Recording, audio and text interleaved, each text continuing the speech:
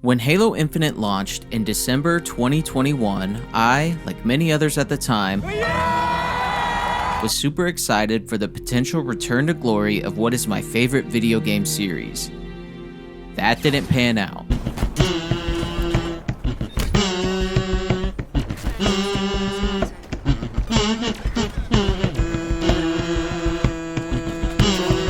And no, this isn't going to be another negative video about Halo Infinite and the state of the franchise, of which there are surely hundreds at this point.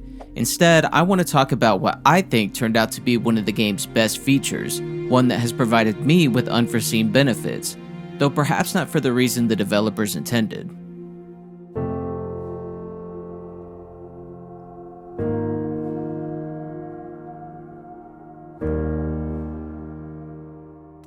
I'm sure you're familiar with the concept of the second screen, especially if you're a gamer. In fact, I might be on your second screen right now. But if you're not, the term simply refers to having something more passive on one screen, whether that be a YouTube video, a movie, Subway Surfer soap cutting footage, while doing something more active on another screen, such as playing a video game.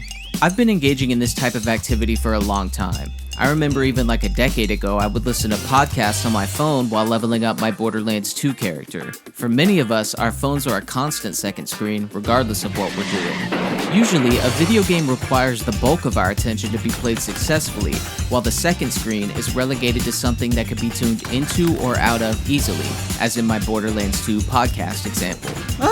Most of the time, this is a negative distraction, essentially making us less effective at either task than if we were to engage in each of them on their own. But that isn't always the case. At the end of last year, I read Rick Rubin's book, The Creative Act, and while there were a lot of gems in there, one section in particular stood out to me at the time. Quote, "While certain distractions can take you out of the present moment, others can keep the conscious part of yourself busy so that the unconscious is freed up to work for you. We might hold a problem to be solved lightly in the back of our consciousness instead of the front of our mind. This way, we can remain present with it over time while engaging in a simple, unrelated task. Examples include driving, walking, swimming, showering, or performing any activity we can accomplish on autopilot." That made me realize I had found a game that allowed me to do exactly that. Enter Halo Infinite. As I mentioned before, Halo is my favorite video game series. I've played them all, and I've played them all a lot. There's something about the gameplay of Halo, especially multiplayer, that gets me so locked in. Time dilates, and it's like everything else outside the game fades away. This is what's called being in flow, or flow state. Per Wikipedia, flow is the melting together of action and consciousness, the state of finding a balance between a skill and how challenging that task is. One is most likely to experience flow at moderate levels of psychological arousal, as one is unlikely to be overwhelmed, but not understimulated to the point of boredom.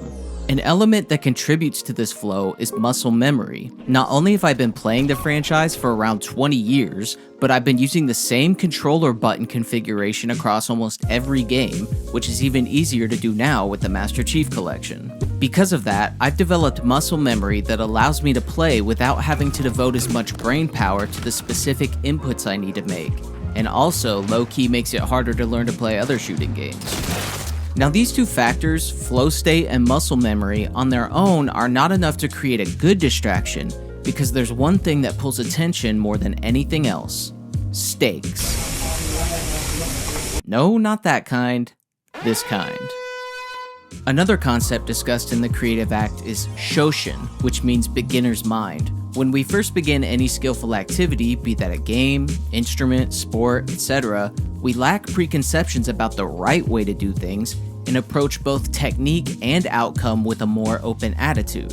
Once we reach a higher level of proficiency, however, we develop habits and it becomes difficult not to care about performing up to a certain standard. Wow, I'm really bad at the game. In the words of Shunryu Suzuki, the Zen teacher and author who popularized the concept, in the beginner's mind, there are many possibilities, but in the expert's mind, there are few. In video games we're experienced in, our ego wants to prove itself through performance. Obviously, professional gamers play for more tangible stakes such as prize pools and team opportunities, but for most players like myself, Ego and stats are usually where all the stakes are generated. Oh my god. So what if we could simulate a Halo multiplayer environment to trigger flow state but remove the stakes? That's exactly what Halo Infinite's Academy allows. Despite lacking many features at launch, and to this day, Halo Infinite introduced something no other Halo game has had before: bots. And I know what you're thinking, no, your teammates don't count. No bots? Have you seen my teammates? No bots, you should see my teammates. These bots can be spawned into a custom game or into a new training mode called Academy. In Academy, players can load up a selection of maps to practice on either by themselves or with bots. While these bots, even on the highest difficulty setting, are not quite one-to-one simulations of multiplayer gameplay, it allows the player to practice from a purely mechanical perspective on an offline connection, which means no pesky ping.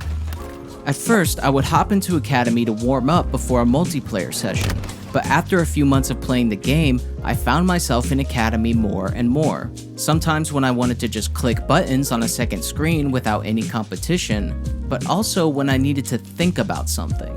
Without recognizing it at the time, the no-stakes Halo multiplayer simulation was, in Ruben's words, keeping the conscious part of me busy so that the unconscious is freed up to work. He posits, perhaps this process of non-thinking thought allows us to access a different part of our brain, one that can see more angles than the direct path.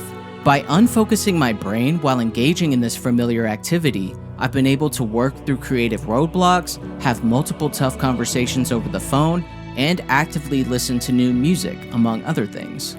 I currently have over 800 hours logged in this game, and at least half of that is probably in Academy at this rate. People may say that video games are just a distraction, but that's not always a bad thing. Even though Halo Infinite didn't satisfy the expectations of many fans, it did provide me with something invaluable: a good distraction. To quote from the Creative Act, "Distraction is not procrastination. Procrastination consistently undermines our ability to make things. Distraction is a strategy in service of the work. Sometimes disengaging is the best way to engage."